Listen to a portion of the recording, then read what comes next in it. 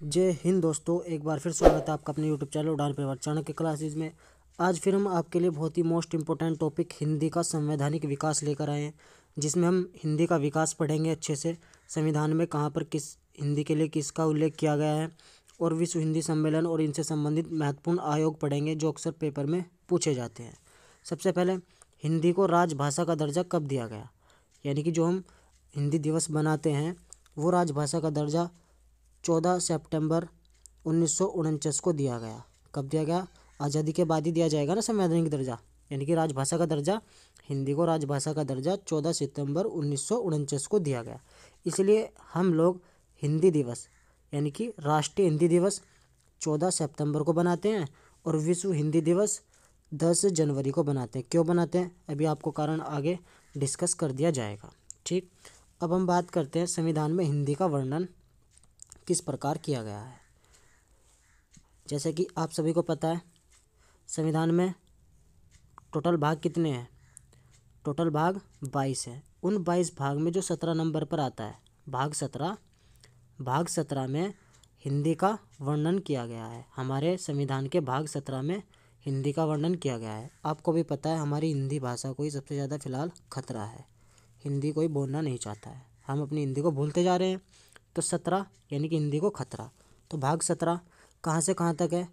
3, 4, 3, 3, 4, यानी कि हिंदी अब मुश्किल से 3-4 लोग ही बोलते हैं। 3, 4, 3, 4, 3, 3, 4, 3, 3, 4, 3 और 351 तक, यानी कि 43 से 51, सीधा सीधा यह है 343 से 351 तक भाग 17 है। हमारे संविधान में कुल अनुसूचियों की संख्या 12 और जो अनुसूची नंबर 8 पर है उस अनुसूची 8 में भाषा का उल्लेख किया गया है। किसका उल्लेख है? भाषा का। ठीक है, अनुसूची 8 का संबंध किससे है? हिंदी भाषा से है। ठीक है जी। तब मूल संविधान में कुल भाषाओं की संख्या कितनी थी? 14। देखो, 14 सितंबर हिंदी दिवस, राष्ट्रीय हिंदी दिवस, और मूल संविधान में भाषाओं की संख्या 14। अभी आपको ट्रिक से याद हो जाएंगी। देखो, 14 की 14 भाषा आपको याद नहीं करनी है, आपको फंडा बताऊंगा, आप फंडे के द्वारा आराम से इसको टिक करोगे क्वेश्चन को। उसके बाद हिंदी जो हमारी है, हिंदी हमारी एक राजभाषा है, ना कि राष्ट्रीय भाषा। कैसी भाषा है?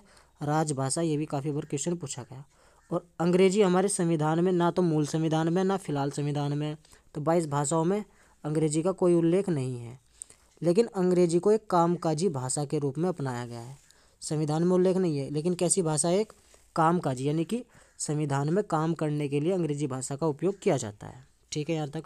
अब संविधान में ही भाषा को लेकर कुछ संशोधन हुए, यानी कि मूल संविधान में तो केवल 14 भाषाएं थी, उसके बाद जुड़कर अब ये 22 हो रखी हैं कुल। तो जुड़ी कैसे, कब किसका नंबर आता है वो देखेंगे। जो 21वां संविधान संशोधन हुआ उसके द्वारा सिंधी भाषा को जोड़ा गया। कौन सी भाषा को? सिंधी को। जो 14 से एक और जुड़ गए, अब कितनी होगी? 15। ये 21वां संविधान संशोधन 1967 में होता है, 71वां संविधान संशोधन 1992 में और 92वां संविधान संशोधन 2003 में। तीनों के तीनों संविधान संशोधन मोस्ट इम्पोर्टेंट हैं। फिर से ध्यान करेंगे, 21, 71, 92, 21, 71, 92 पहली भाषा सिंधी जोड़ी गई। ठीक है, यानी कि संविधान संशोधन के द्वारा जोड़े जाने वाली पहली भाषा सिंधी थी। उसके बाद 71वें संविधान संशोधन के द्वारा 3 भाषाएं, नेपाली, मणिपुरी, कोंकणी। ट्रिक इसकी आप देख रहे हैं, नमक, नेपाली, मणिपुरी, कोंकणी। तो आपको ये तीनों ट्रिक से याद हो जाएंगे। यानी कि 15 से 3 और जुड़ गए, अब कितनी हो गई? 18। यानी कि 1992 तक 18 भाषाएं जुड़ चुकी थी। बात आती है 92वें संविधान संशोधन 2003 की। इसके द्वारा फिर 4 भाषाओं को जोड़ा गया। 4 भाषाएं कौन सी? बोडो, डोंगरी, मैथिली, संथाली। बोलो साथ साथ, बोडो, डोंगरी, मैथिली, संथाली। शॉर्ट ट्रिक कौन सी है इसकी? बोर्ड मास। ठीक, बोर्ड मास, बोडो, डोंगरी, मैथिली और ऐसे संथाली। बोर्ड मास आपको ध्यान रखना है, बोडो, डोंगरी, मैथिली, संथाली। तो बोर्ड मास से 4 जो भाषाएं जुड़ी, अब कितनी हो गई? 18 + 4 कर देंगे आप, तो टोटल वर्तमान में भाषा कितनी है? 22 भाषाएं हैं। और नागालैंड की राजभाषा, ये भी क्वेश्चन पूछा जाता है, नागालैंड की भाषा राजभाषा कौन सी है? अंग्रेजी है। तो यानी किस राज्य की भाषा राजभाषा अंग्रेजी है? तो कौन सा राज्य है? नागालैंड है। यहाँ तक आपको चीज़ें कवर होती हैं। फिर नेक्स्ट बात करते हैं अन्य महत्वपूर्ण तथ्यों की, जैसे कि आर्टिकल नंबर 343 ये संघीय राजभाषा का वर्णन करता है। संघीय राजभाषा का वर्णन किस में है? आर्टिकल 343। देखो 343 जो भाग 17 है 343 से 351 तक है, अनुच्छेद इसमें 343 से 351 तक। 351 में हिंदी के विकास के लिए निर्देश दिए गए हैं। आपको भी पता है हिंदी का विकास कितना हो रहा है, ठीक है। हिंदी के विकास के लिए निर्देश दिए गए हैं आर्टिकल 351 में। इन्हीं सब के लिए विकास के लिए राजभाषा आयोग, आपको याद रखना है, राजभाषा आयोग, प्रथम राजभाषा आयोग खैर आयोग था। खैर आयोग का संबंध हिंदी भाषा से यानी कि राजभाषा आयोग से। प्रथम राजभाषा आयोग खैर आयोग। खैर आयोग का गठन कब होता है? 1955 में खैर आयोग का गठन होता है और रिपोर्ट ये अगले साल प्रस्तुत करते हैं। कब करते हैं? 56 में। खैर आयोग समझ में आया आपको, यानी कि खैर आयोग गठन 55 में, रिपोर्ट 56 में। फिर उसके बाद कुछ टाइम बाद आता है एक राजभाषा अधिनियम। राजभाषा अधिनियम 1963 में बनाया जाता है, राजभाषा के विकास के लिए 1963 में, और ये लागू कब होता है? 1965 में। दोनों इम्पोर्टेंट है, गठन 63 में, लागू 65 में, ठीक है जी। और खैर आयोग गठन 55 में और रिपोर्ट प्रस्तुत की 56 में। कुछ नारा है, इम्पोर्टेंट भी है, कन्फ्यूजन भी होता है, ध्यान देंगे। हिंदी हिंदू हिंदुस्तान का नारा किसने दिया? आंसर लगाना है आपको, प्रताप नारायण मिश्र। यदि भारतेंदु हरिश्चंद्र ऑप्शन में नहीं दिया है, ध्यान से सुनेंगे, यदि भारतेंदु हरिश्चंद्र नहीं है ऑप्शन में तो आपको क्या लगाना answer? Pratap Narayan Singh. Confusion point है, ध्यान रखेंगे आप इसको। फिर नेक्स्ट, हिंदी का स्वर्णकाल किसे कहा जाता है? मोस्ट इंपॉर्टेंट, ये सारे फैक्ट इंपॉर्टेंट है जो आपको अक्सर पेपर में पूछे जाते हैं। भक्ति काल, साहित्य में जब पढ़ेंगे आप भक्ति काल, तो उसमें हिंदी का स्वर्ण युग या स्वर्णकाल किसे कहा जाता है? भक्ति काल को। प्रथम विश्व हिंदी सम्मेलन, अब कुछ हिंदी सम्मेलन है उनको याद करते हैं। प्रथम विश्व हिंदी सम्मेलन 10 जनवरी 1975 को होता है नागपुर महाराष्ट्र में, 10 जनवरी 1975 को। इसीलिए 10 जनवरी को विश्व हिंदी दिवस, 10 जनवरी को विश्व हिंदी दिवस बनाते हैं। और कब से बनाना स्टार्ट हुआ? 2006 से, तब हम भारत के प्रधानमंत्री मनमोहन सिंह जी थे।